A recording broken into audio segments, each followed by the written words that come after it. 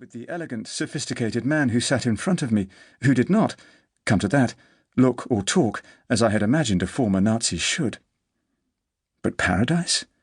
How was it possible that he could say such a thing?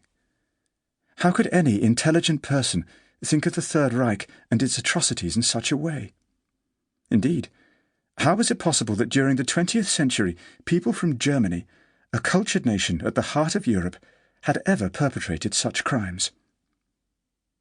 Those were the questions that formed in my mind that afternoon all those years ago, and that still sit heavily in my mind today.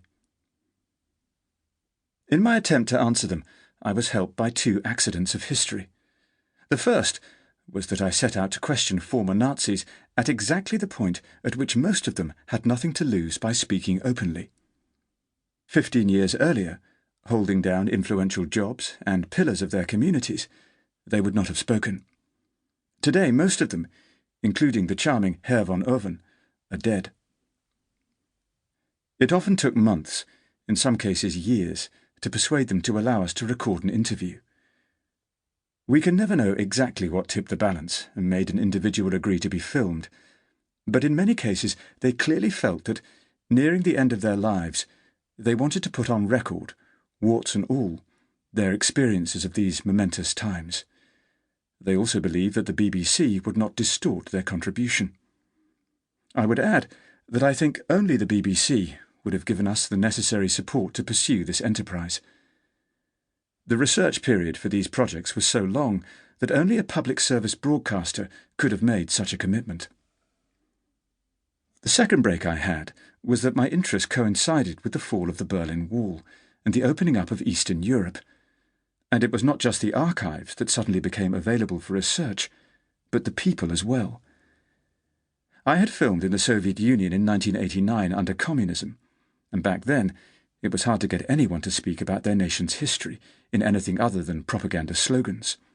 Now, suddenly, in the 1990s, it was as if a dam had broken and all the suppressed memories and opinions came tumbling out. In the Baltic states, I heard people say how they had welcomed the Nazis as liberators.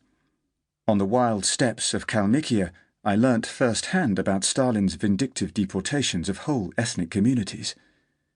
In Siberia, I met veterans who had been imprisoned twice, once by Hitler and once by the Soviet dictator. And in a village near Minsk, I encountered a woman who had been caught in the middle of the most vicious partisan war in modern history, and, on reflection, thought the Red Army partisans were worse than the Nazis. All of these deeply held convictions would have died with the people who held them had communism not fallen. I also encountered something more frightening as I travelled around these newly liberated countries, from Lithuania to the Ukraine and from Serbia to Belarus. Virulent anti-Semitism. I had expected people to tell me how much they hated the communists. That seemed only natural now. But to hate Jews? It seemed ludicrous, especially since there were hardly any Jews in the places I was visiting. Hitler and the Nazis had seen to that. Yet the old man in the Baltic states, who had helped the Nazis shoot Jews in 1941, still thought he had done the right thing 60 years ago. And even some of those who had fought against the Nazis held wild anti-Semitic beliefs. I remember the question one Ukrainian veteran put to me over lunch. He was a man who had fought bravely for the Ukrainian nationalist partisans against both the Nazis and the Red Army, and been persecuted as a result. "What do you think," he asked me, "of the view that there is an international conspiracy of Jewish financiers operating out of New York, which is trying to destroy all non-Jewish governments?" I looked at him for a second. Not being Jewish myself, it is always something of a shock to encounter naked anti-Semitism from an unexpected source. "What do I think of that view?" I replied finally. "I think it's total garbage."